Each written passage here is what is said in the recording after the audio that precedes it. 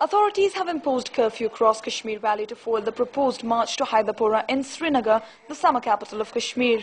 The faction of Hurriyat Conference has called for the march to protest against the continued house arrest of most pro-independence leader Said Ali Shah Gilani, who has been under house arrest for almost a month.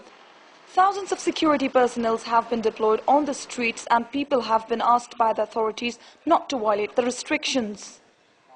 Today curfew has been implemented by the state administration because there were some calls given by some group that the whole valley should move to Hyderpura. So to just maintain the law and order, you can say we have taken this step that the state administration has implemented the curfew as on date.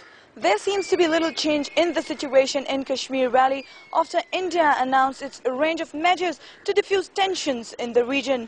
The people of the region are not content with the initiatives. Pro-independence groups have called it eyewash.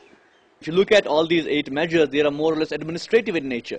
And I think one of the biggest demands of Kashmiris is that we demand the repealing of the black laws, the Armed Forces Special Powers Act and the Public Safety Act and Disturbed Areas Act. So they are coming in the preview, in the prerogative review. So when will that review happen? I mean, we have seen in the last 20 years, it's again an attempt by the government to procrastinate the issue.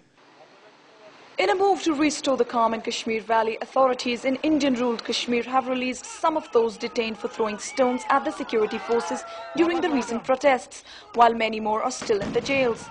Authorities have also removed some security bunkers from the summer capital, which has been the epicenter of the recent violence.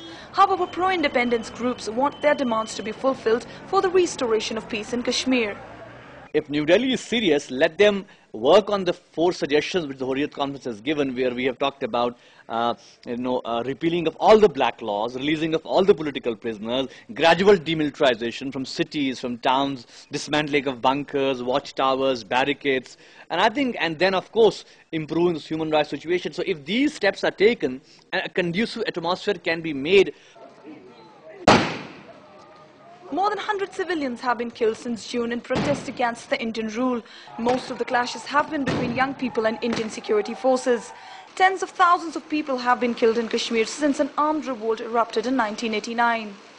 Shahana Bhatt reporting for Press TV in Indian-administered Kashmir.